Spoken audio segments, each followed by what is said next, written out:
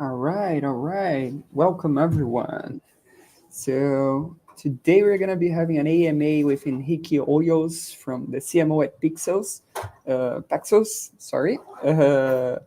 Just waiting a few more minutes for people to join us so we can get started. So if you wanna let us know where you're connecting from on the chat, that would be awesome. And yeah, we're almost ready to go. I see people joining in. Cool.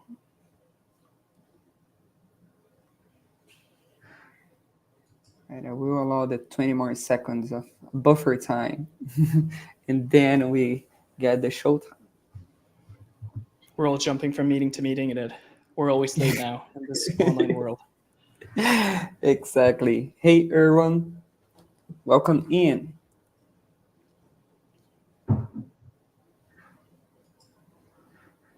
All right. So I think we can get things rolling, Enrique. So before we get started, I just want to introduce you guys to today's guest, which is Enrique Hoyos. He's the Chief Marketing Officer at Pexels, the world's leading free stock content platform. And they recently became part of the Canva family, where he's leading the charge in building high-performing marketing product data monetization functions. So he's going to be sharing some insights on his impressive growth journey, including strategies that help Pexels reach 40 million monthly visitors and grow their library to over 4 million photos and videos. So I'm not going to go too deep into his introduction before passing the battle, but I would love to hear from you, Enrique. Thank you so much for giving us a little bit of your time. I know you're busy, so welcome aboard. No, thanks for having me. Super happy to be here, Pedro. Yeah, I mean, look. First of all, I'm a father, a girl dad of two. One of them quite recently, so not a lot of sleep in my life right now.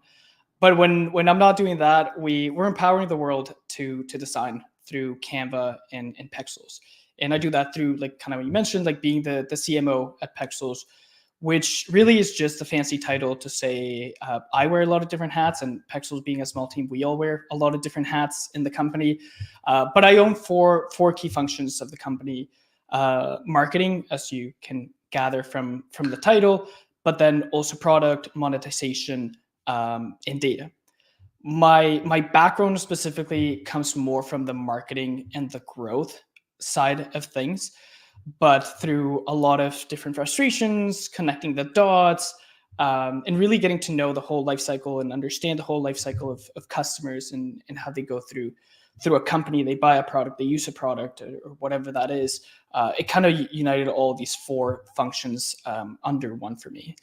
And I can probably go into a little bit more background for that if that is helpful, and maybe explain the frustrations and why I always kind of mention that's what would help me grow, like maybe it's Yes, frustration definitely.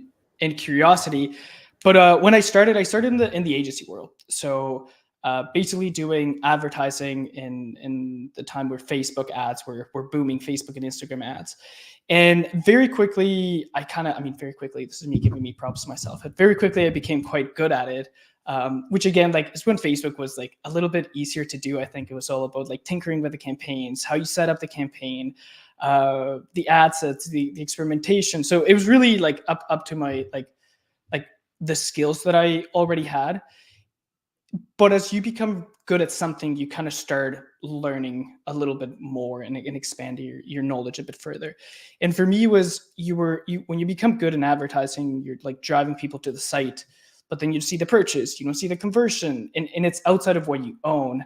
The first thing you want to understand is why is that happening, and why is someone else not optimizing that to make sure that all the work that I'm doing and the stuff that I'm testing is translating into an actual purchase, as an example. And very slowly, that's kind of how like my career and my knowledge of customers expanded. First into like learning Google Analytics, conversion rate optimization, and expanding the offering that the agency at the time was doing, not just media, but then going into optimization, conversion rate optimization of websites, got me started. And I stayed in the agency world for about almost 5 years. And again, kind of like the frustration that I keep kind of mentioning, but like when you work in an agency, you own specific parts of the life cycle of a customer. You're like either doing like brand awareness and advertising, or maybe like the conversion on the site, but you don't get to do the whole picture. And that's something that I really wanted to learn and do a lot more. So I moved from the agency world into the client side, which for those who work in agencies kind of know the terminology, but if not, I simply moved into a startup where I had more control of the whole life cycle of the customer.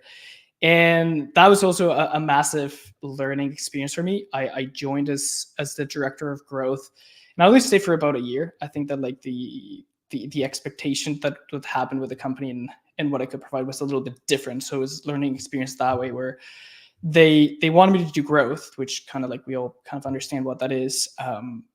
But normally growth gets layered on top of something that's already functioning. There's product market fit in a way for you to like be able to like put gas into that growth and like experimenting to scale faster, where that's kind of what was pitched. But when I joined, there was pre-product market fit. There was a lot of things that needed to be built out.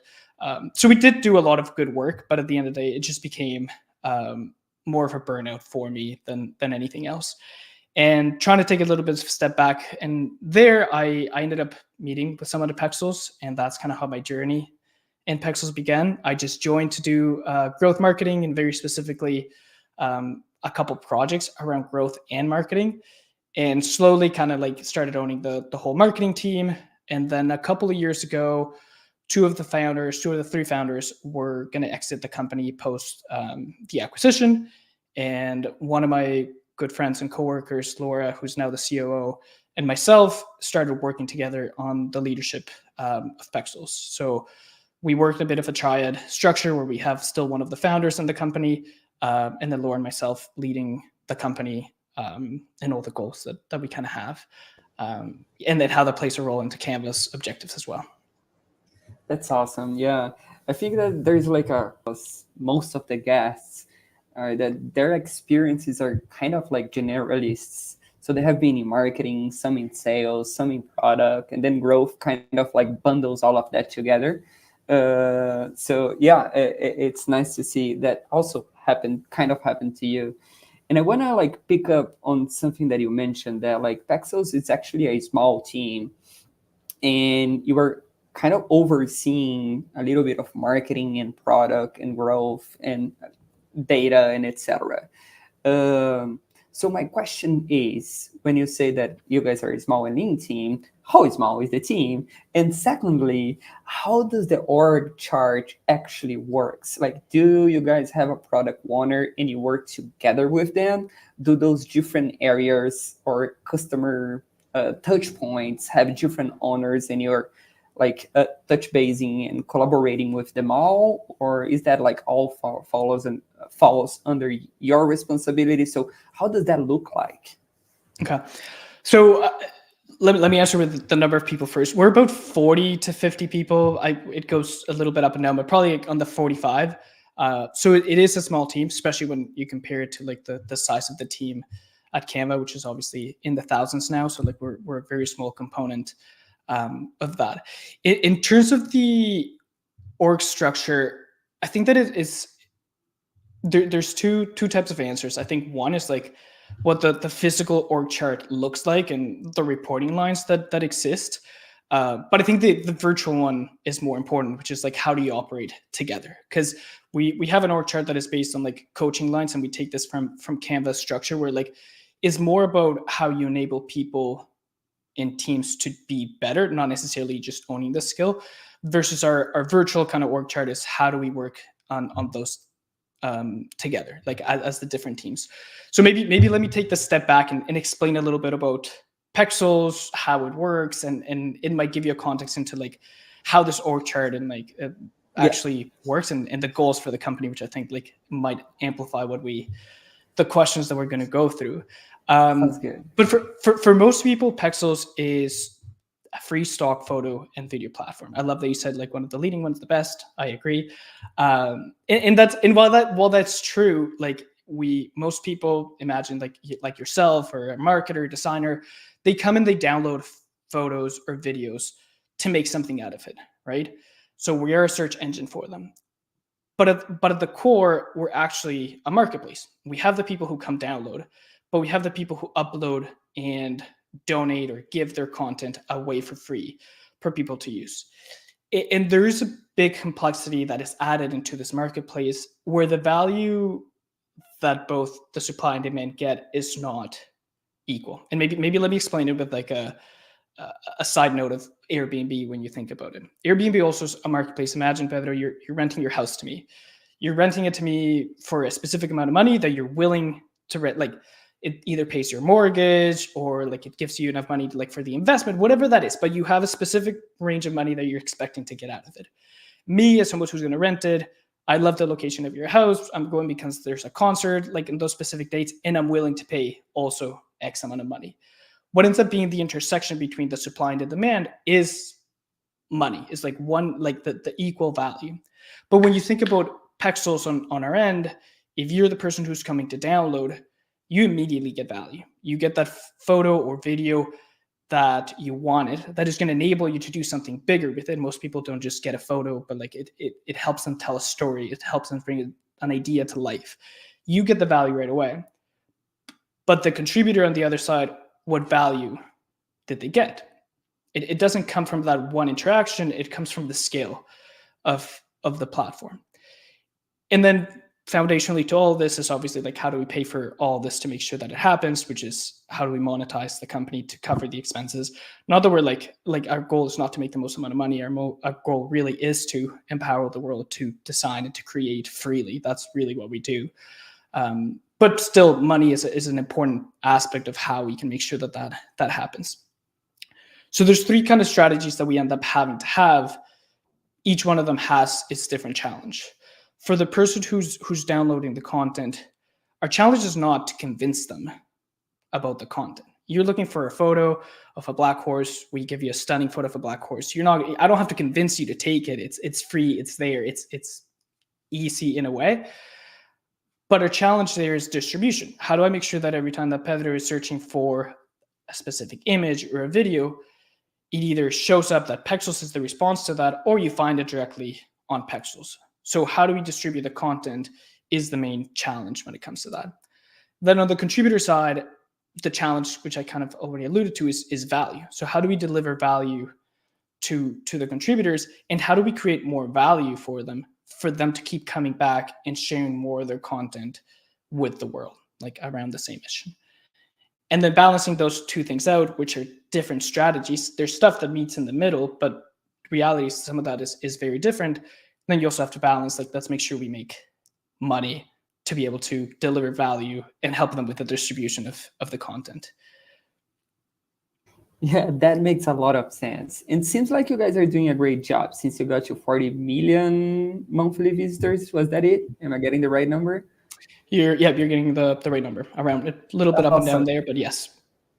Yeah, awesome. So I would love to hear from you, like, what were kind of like the growth strategies that drove the 80% of that that traffic that you guys have nowadays, or in other words, what has really worked for you to get to that 40 millions?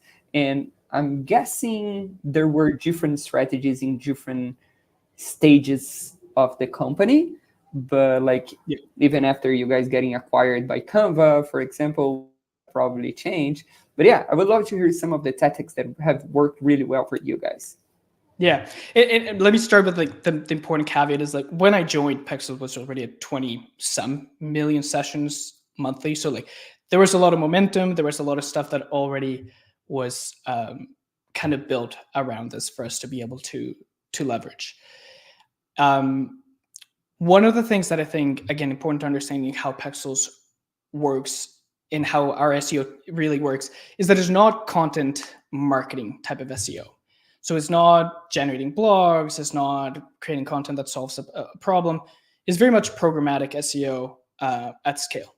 So every piece of content that gets uploaded into Pexels gets tagged. We identify what's in the photo and what's happening in there, and those get indexed by Google. So we can create search pages, we can create the page for the photo itself, and that's how the bulk of the pages gets created. Now, knowing that also gives you the idea that like content and the building of that content library was one of the most impactful things that we did. So in the time that I joined Pexels, I think we were like at 1 million pieces of content. We grew that exponentially through a lot of the community work that we do and delivering that value that we kind of talk about the contributors to build a library of close to 4 million pieces of photos and videos. So that component of having the supply, then we can actually showcase the demand, was one of the core strategies that we did to that. And then when I joined, the first hire that I made was head of SEO. I understand SEO on the content marketing level more than the technical and programmatic level that this required. So also hiring that person was the lever of growth that took this. So like, then he kind of built an audit, and growth, there's no silver bullet to any of this. There was a lot of, like, once he came in, there was a lot of different things that we optimized. There's a lot of image search, video search that we weren't leveraging, that like we started using more. And I mean, technical solutions to that, maybe not the answer that everyone is kind of hoping. I'm happy to invite next time Rich, who's our head of SEO, to answer the technical questions. But yeah, there's a lot of pieces in the audit that we understood that needed to happen that help us grow much faster since he joined. But yeah, that's been the journey. There's still a lot to do. We're translated into 28 different languages, and most of the focus has been in English right now. So there's still a lot of work that we have ahead of us on localization to match our localization strategy on the content that we're getting. Awesome. Yeah, I'm gonna run a little bit off road here because I got a question from myself instead of the audience.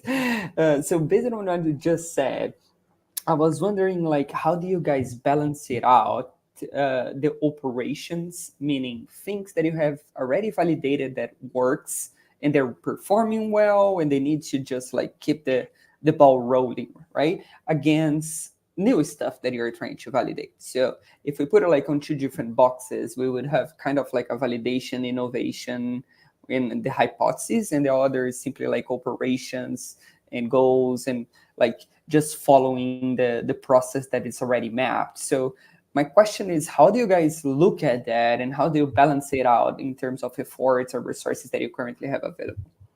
Yeah, very good question. Very tricky question. I think that it changes every time as priorities shift. In the past 2 years, I think that the focus that we can say was not necessarily on things that were already working, but there was a lot of opportunity in experimentation and optimizing the mechanics that were already in place. One of those examples would be like the onboarding for contributors and value delivery for contributors. That was something that we were seeing a high drop-off rate in the activation metrics, like how many people we were losing in the first 4 weeks of engagement. So there was stuff that we could already work there that was the biggest opportunity. In the past year and a half, probably we did a lot of that work in I mean, we kind of went from like trying to get the numbers out of my head, but we doubled the retention rate from after 4 weeks of a contributor who joined. So imagine it was 10, it was 20, 20, 40, just trying to keep a couple of the numbers. So like a pretty big change into that. And that gave us a foundation of like, okay, like now we have something that is fixed a bit of the leaky bucket that we had in terms of that component. Now we're looking at some of the bigger bets in terms of growth that we can do. So it's no longer just smaller optimizations that we want to be doing. I mean, there's still a lot of that happening on a day-to-day perspective with lifecycle marketing and product optimizations. But there are bigger bets in play to find new avenues to deliver more value to the contributor outside of the mechanics that already exist within our product. Got it.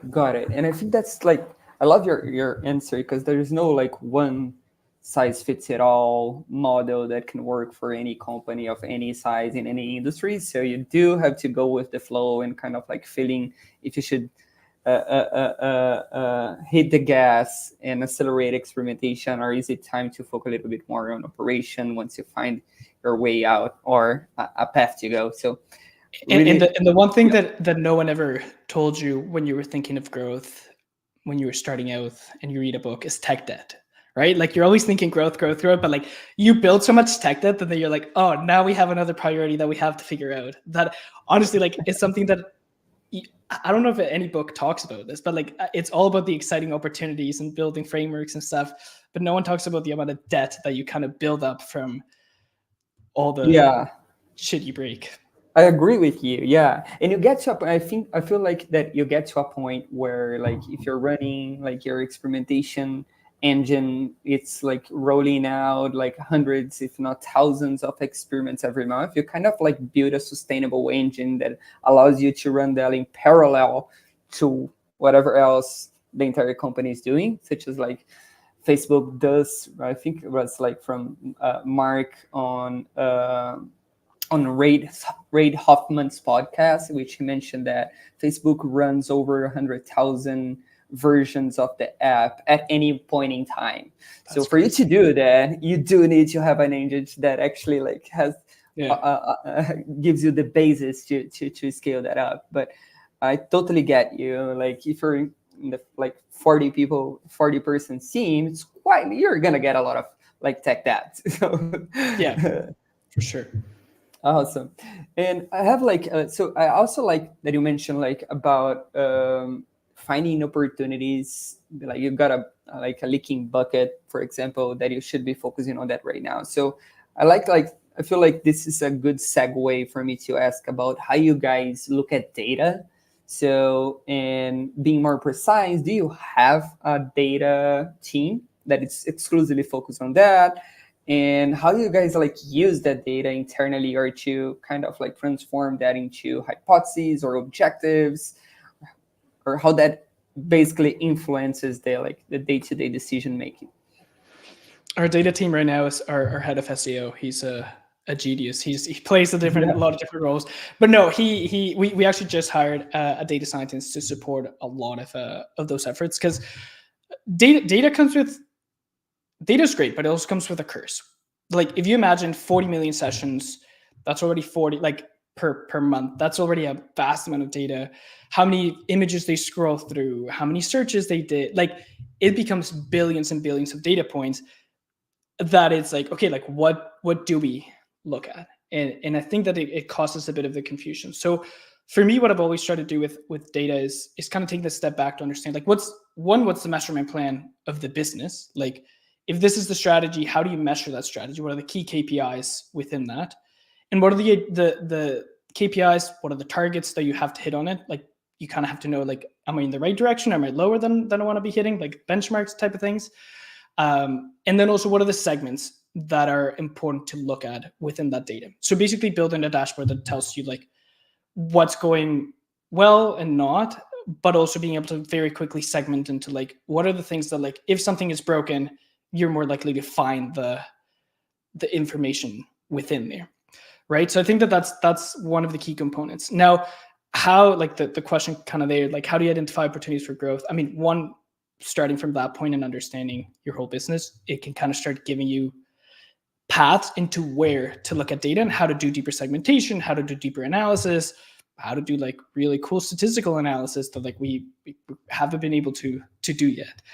But I think that for me, it's that paired with like, how do you map out the mechanics of the business, or depending on the team, like what happens in our case, for example, we try to map out the contributor journey to understand really what are the things that they do, like within a month, within 2 months, and understanding like where do we drop off, where do we increase, like what are the type of users who don't drop off, and then we can start digging deeper. And I think that like the questions need to start coming from a higher level strategic understanding to then dig deeper into the data. So like what's the insight that takes you there? But even the most important piece of that is the data is going to tell you what's happening, not why it's happening, right? So like don't stop at the what is happening and just be like, this is what we fix and go at fixing it. But like, what is it that is causing that change to happen? And I think that that's when combining qualitative and quantitative data is what brings true insight into like what the strategy should, or like what the hypothesis is going to be, whether you build it as a company strategy or you focus it in a narrow, like, hey, here's a growth team for the next 2 months.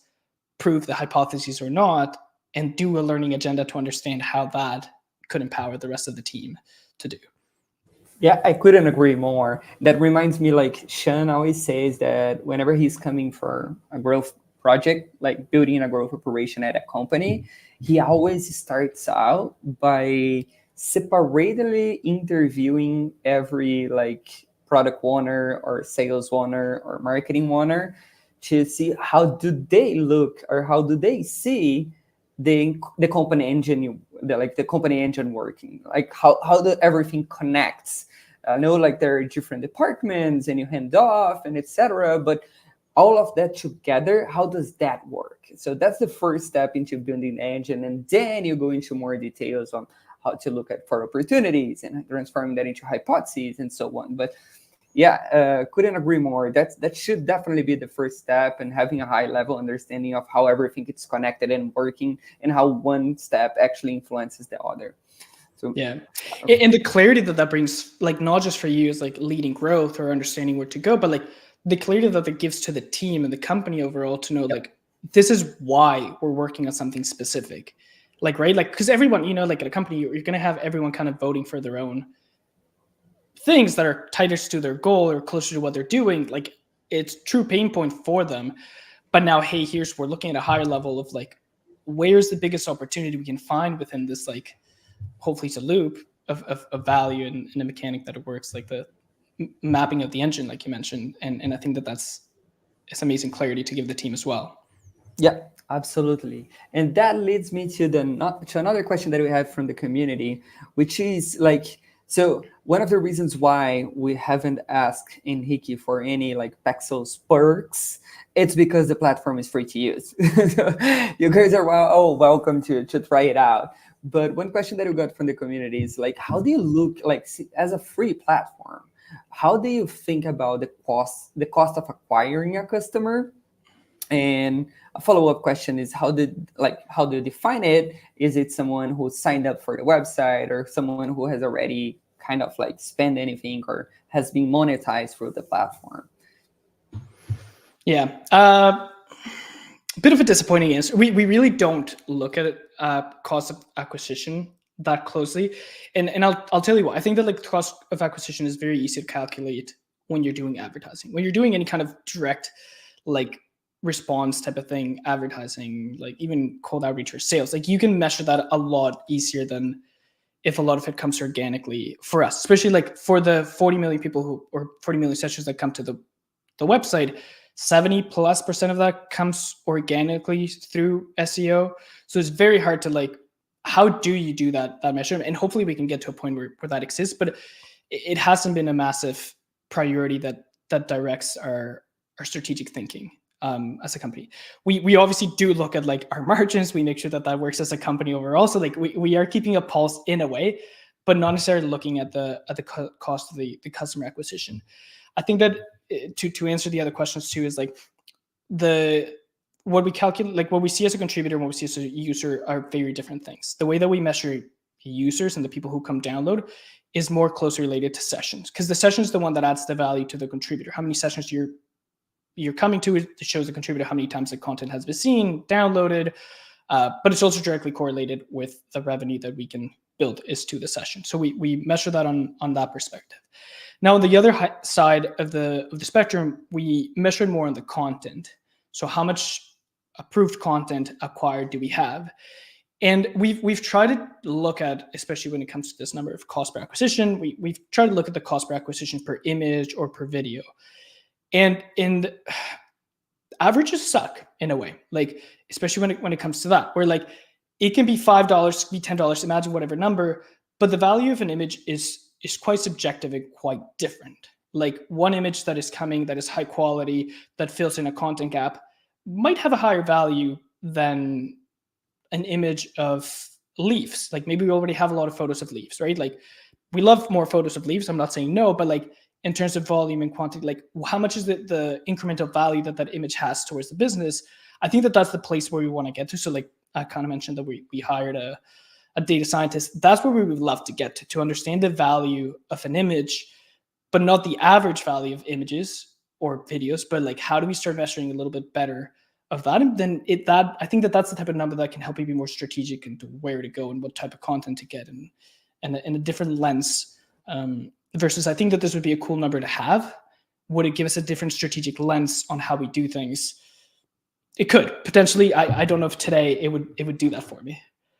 Gotcha. Yeah, and like I always mention about like the dangers of average when we're talking about like the IC score framework, because it doesn't really tell you the truth. You do have to look at each criteria individually, so the impact, the confidence, the easiness, and then decide what you're gonna do next. But if you look at the average, it doesn't really tell you the whole story. And I think it was like Nassim Taleb that was talking about like the depth of a lagoon. If it's like a 1 meter average, you should not like go crossing that, walking through the lake. Because there is a big chances that in the middle there might be like a 20 meters depth. So be careful with the averages. And I also like, so moving to a different topic here, like Pexels has been acquired by Canva, which is also huge. Not to say that Pexels is not, but Canva is also like pretty huge. So I was wondering, and I believe you have joined the company prior to the acquisition, right? I was hired post acquisition. Post acquisition. So the question is pretty much like, how did that actually influence the company growth or the company day-to-day operation in terms of growth? Again, I'll give you the lens from someone who joined post acquisition, but like also from what I hear and do. We the short answer is that I don't think that it had a massive change, and I'll put an asterisk to that and explain. We still operate very independently from Canva. Like we have our own team, we have our own goals, we kind of build together. We obviously take a lot of influence into what's Canva doing. But where I say like I don't know if it had a lot of influence is because I think the missions for both companies were so close together that when the acquisition happened, it was like, hey, like we're both empowering the world to design. We're doing it like as Pexels by providing free ingredients for that to happen on Canva and outside of Canva.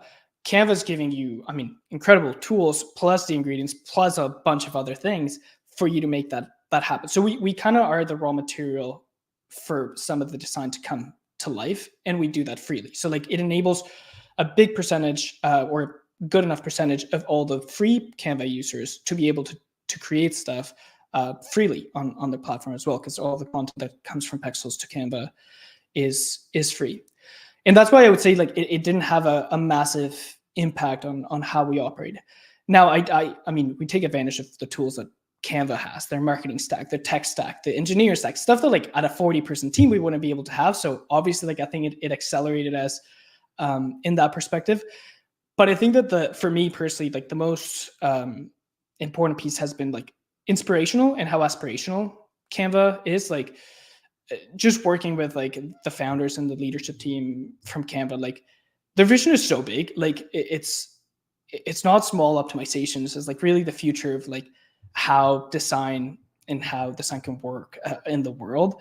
The numbers that they have is massive. Like I think there's close to 200 million monthly active users. Don't quote me super correctly, but it's like for them, it's like we're only 1% of the way there, and like that's crazy to think that like that's still like just 1%. So it's really been inspirational, I think, for me and for the team on like how do we match that level of growth and goals. And obviously it's not easy.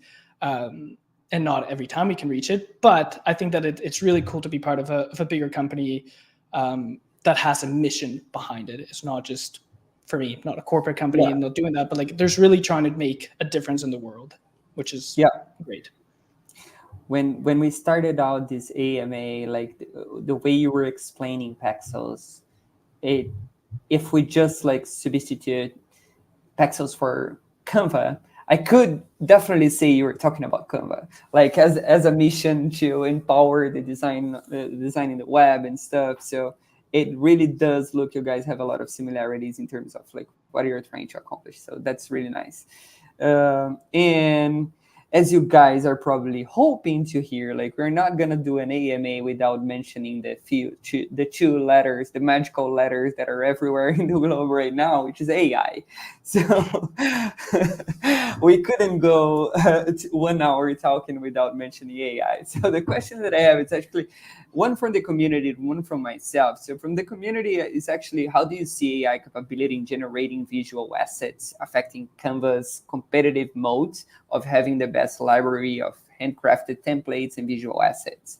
So that's the one part of the question, which is the tricky one. The second one is the easy one, which is are you guys as a growth team with marketing and data and product using AI in your favor to actually like empower your operation or run more tests or whatever it is you might be trying to accomplish through AI?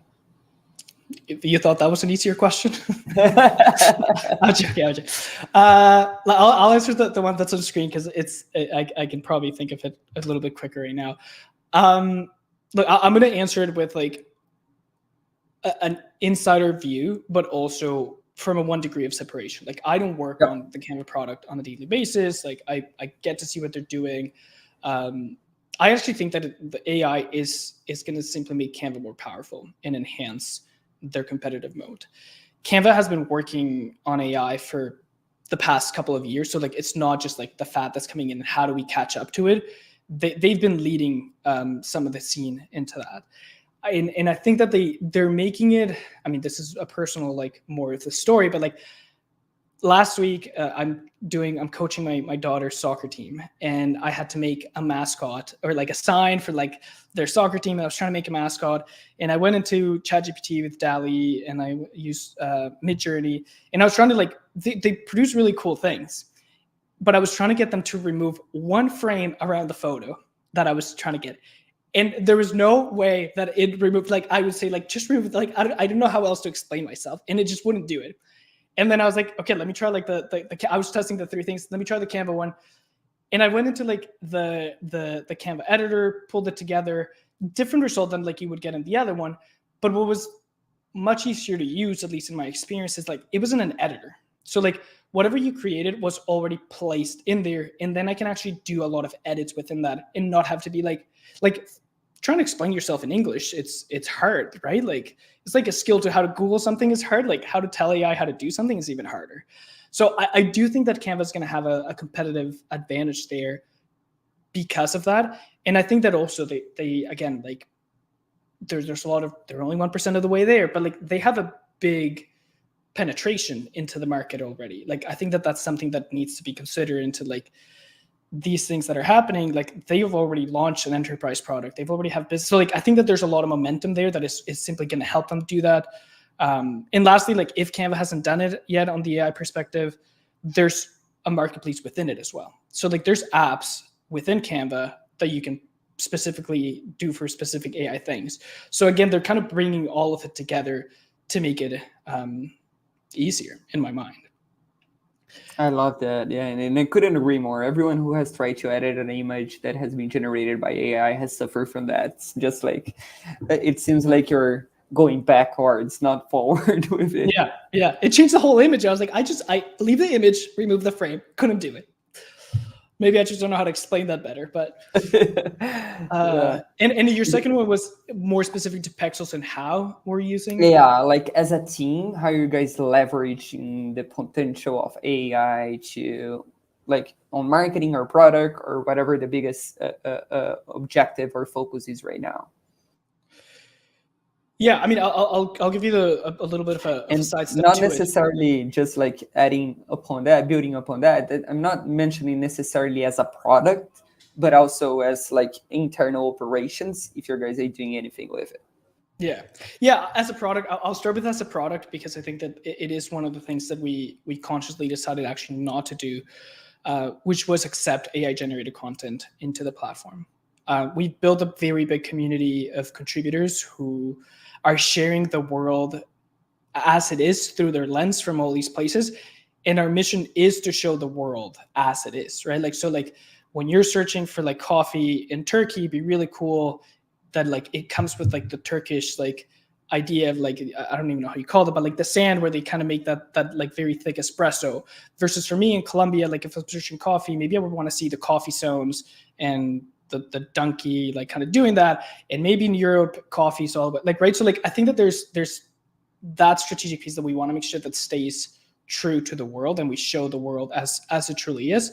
And we're really enabling our community to do that. So we made a conscious decision not to compete with our own contributors in creating that content there. Whereas other platforms have gone the other way, and now they're filled with AI content because it can be generated much faster. Then from the operations perspective, I think that like where AI is going to be the most impactful for us is understanding what is in a photo. So like, I actually don't know if vector-based search is AI or language models. I don't know what the technicality of that, but I think that that's massive, where before we had to rely on humans basically tagging the photo of what it is, like an example of a church. I've been giving this in the past couple of days, but before you took a photo of a church and I would just say church, rock, building, cross. Now, like, it actually can tell you like what church it is, where it's located, what plaza it's in, like what angle the photo is. So like, I think that it's going to enhance the way that the content can be discovered overall, which I think is going to be incredibly impactful. Awesome. Love it. Really good. So my next question is like, so whenever someone, like there are some people who are listening to us right now who might be willing to build a growth operation inside their companies, and they might not know how to get that started. So I feel like one of the biggest barriers to get growth rolling is actually the cultural side of things. So, and by culture, I mean like the higher levels or C-level directors, VPs, owners, and founders, and etc., having a clear understanding of what growth actually means. So, and tolerating what comes with it. Because if you're testing things out, if you're talking about the hypothesis, we probably don't know the end result of that. So you joined a company that are kind of like, you joined a company as a growth marketer, you mentioned earlier. So my question is, how do you feel like the Pexels look at growth in terms of that culture of embracing experimentation, embracing innovation, testing things out? And if like you have support from out ends, how does that look like from someone who is looking like internally like you? Yeah. Look, I think we've always had like since I joined, we've always had a culture of building things, and it came from the founders. Like there were two developers who built Pexels and just started hiring people and building cool things, and there was never a fear of failing. So I think that there was a lot of enablement into that. I think that where I think I think played a big role was being a bit more strategic on how we do that. I think that a lot of the time it came from like a lot of ideas all over the place on what we should experiment, versus kind of going back to like when you asked like, where do we get like the data, like the insight from the data, and like what specific thing can we improve, so that way we can reiterate on the process, and the learnings are valuable. I mean, I'm speaking to you, like, you know this, but like, you know, like you want to make sure that the learning that you have there is applicable to the next experiment, so you can compound on learning, not just on results. But I think that like when you want to just test everything, a little bit of shiny object syndrome, like you do a lot of testing, which is fantastic, but you don't get the compound effects of the learning or the growth. And I think that that's more where I think we kind of play now, which we're a lot more focused, which is hard sometimes. Like, you know, like you have a plan until you get punched in the face, and then another priority comes through, and then you have to figure those things out. And that's just going to be life. But what was the first part of the question? Like the how do you build it in another team, or? Yeah. So the first part was actually like for anyone who's listening to us, and once you get to the point where you guys are today, and they might feel that the company doesn't have that culture yet. So is there any specific tip that you would give them, like how you would actually go down that path if you had to start that all over again? Yeah, I think that it goes, I kind of have a bit of a framework in my mind that I've been trying to write down on like career growth and stuff like that. And one of the pieces there is politics/communication. Politics, I think, like bit of taboo name, but I think that it's the right name. You have to gain power in order to do that. And it might sound horrible, but you truly do have to do that. And I think that there's 3 pieces that go into that. The first one is managing up, which I think is very applicable to like when you join and when you're junior in a career, you're only reporting to one person. You kind of have to start knowing like what are they measured by? Like what's in it for them? So you can speak the same language into like what you should be doing to help them achieve their goal. And constantly managing a part of that is constantly communicating that to them to make sure that they understand that you are the core component of that. And this managing up skill like needs to happen from the moment you start in a career until you're like the most senior. You're still always managing up to someone. I think the other one is managing around, which is kind of you start growing up a little bit, you start having influence around you, and you kind of have to understand again, like what are the goals? What are the goals that we all have together to bring people in together to start building the culture? This is something that's going to benefit all of us, and you can kind of start being the leader of that. And you can go deep into these kind of blocks, but then managing down is like how are you able to like actually like explain that to like your like if you're in a more senior position to the people below you. But I think that like those 3 things combined, if you do them well, fast or slow, you are going to start getting some momentum and some like quote like power, influence, whatever you want to call it, where you can start having a little bit more of a say on how you do things. And especially like in the managing around section, like if people start seeing you as the person who's getting shit done, everyone's going to want to work with you. All the managers are going to be like, can I have this person in the team? Can I have them for this project? And if you know what the goal is, and for most companies, the goal is revenue. So like if you can speak money and you can show like some of the results, and even if you do quick learnings without having everyone around you kind of approving it, ask for forgiveness at some point instead of permission in some cases. Don't get fired and sue me for this advice, but I think in some cases you're going to have to do that. And in some others, you're going to have to leave. Like I left transparently. The first agency I left was because when I started, I was a junior person and I grew a lot in my career there. And the people around me saw me as like an expert, but the owners didn't. Like for them, I was still someone who was like just starting their career, and I wasn't going to be able to change that mentality for them. So for me, like the right move was to move somewhere where like the trust was there. Here, like go implement the systems and the ideas you have in place. So sometimes you do have to move, and that's fine, right? Like identify where you want to go and do it.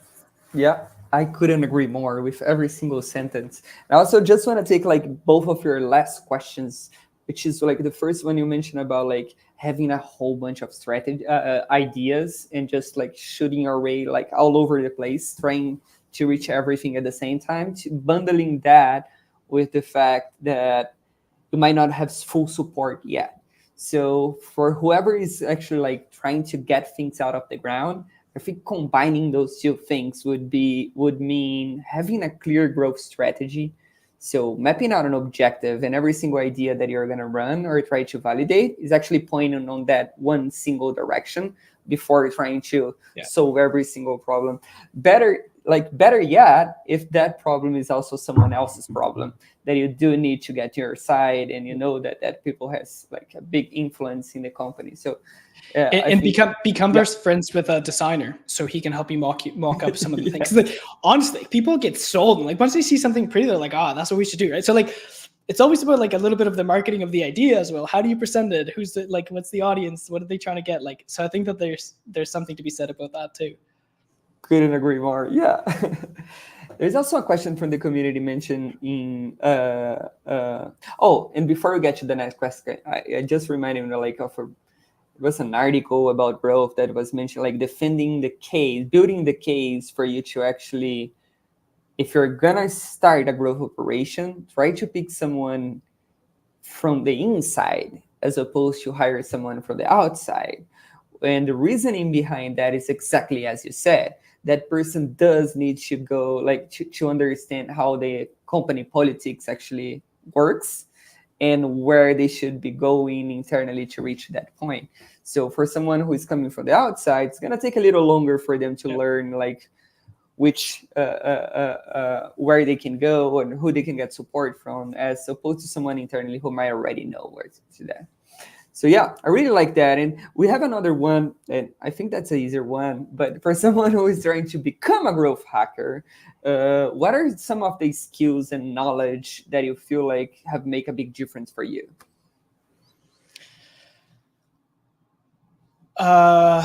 I'm gonna go back to like my framework, because I like thinking of things like there's two pieces to what I kind of was talking about. The first one was the communications and politics kind of pillar.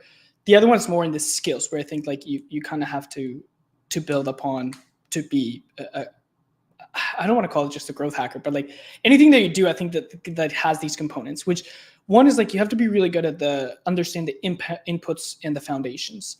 And I think that like that means like you can be the best SEO person technically, or you can be the best person who knows how to manage ads, but if you don't understand the customer, what you're trying to sell to them, you're not doing much with it. So like you kind of have to be able to combine that. So like I think that skills from that to understand that, I mean, there's a lot of like psychology and reading that you do, but data analytics and qualitative research, like how do you combine those things to bring insight that is more relevant and strategic to it?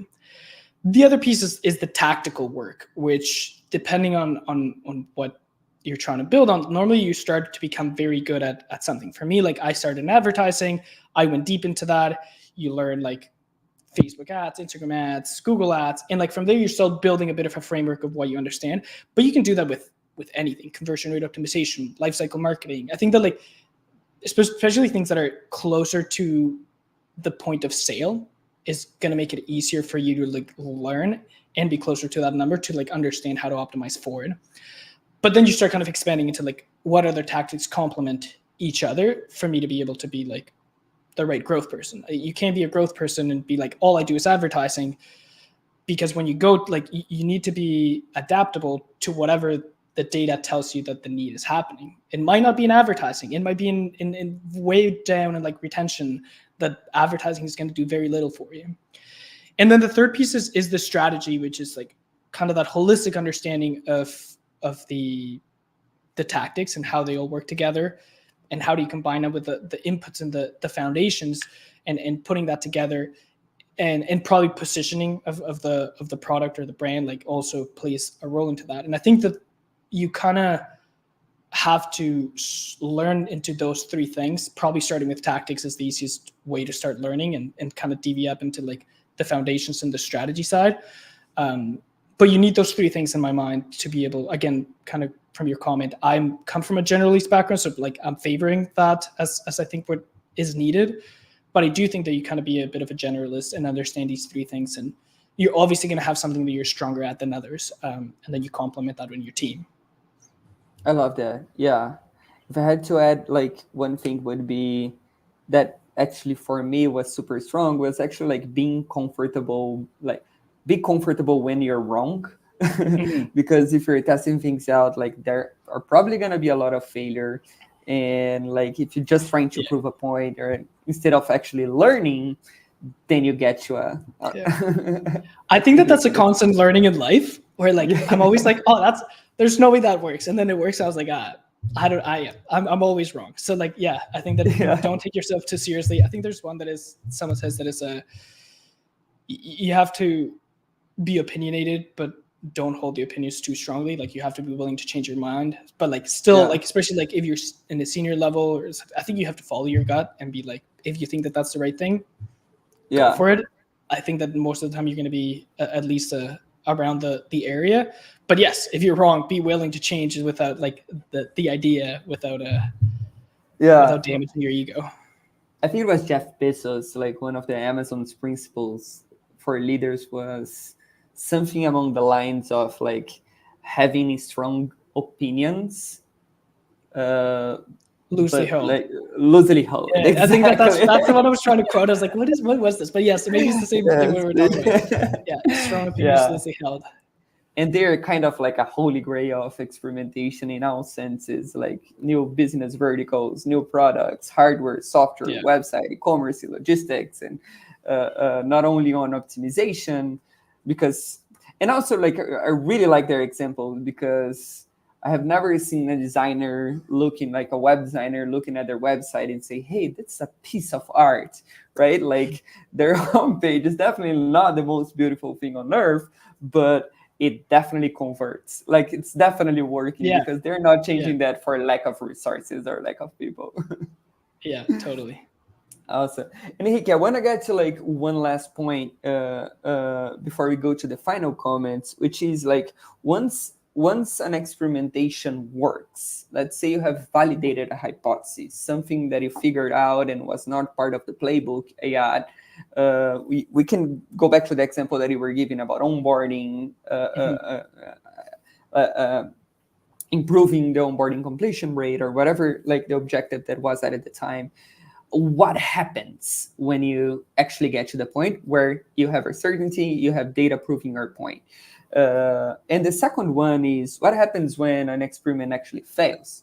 What do you guys do? Do another round, move to different objectives? Do you report that? Do you storage that learning in a database? So how does that look like as a process internally? You want the ideal answer or the real answer? I honestly wish we recorded and we're better at gathering these insights. We don't do a magnificent job, but when we have a focus, we don't change the focus. Like we have a pipeline of experiments under the same North Star metrics. So if one doesn't work, the one we had the highest confidence, like applying the ICE highest confidence, like easiest to do type of thing, we kind of start going through the list. But applying the learnings, like I think that if it simply failed and you didn't learn why it failed, then like you also didn't do the job correctly. Like you want to fail, it's fine, but like what did we learn to fail? And like maybe you don't have to know exactly, but like can you put together a hypothesis of why it failed and then prove against that smaller hypothesis under a bigger hypothesis to understand this is how we failed, why we failed, yes, no, and then it can help you go into that. Or again, like, can you do any qualitative research to understand like what could be the why behind the failure and understanding that? For the first part of the question and like what happens, honestly, I think depends on what it is that the growth metric was at the time. Like for example, we don't have right now a growth function happening at the moment. We kind of like spark them up whenever it's needed, and then we do a lot of experimentation, and then we pass it on to a team. So the onboarding, as an example, was something that we kind of led with like a lot of growth and like maybe in a vacuum, not involving a lot of people, figuring out that it was working.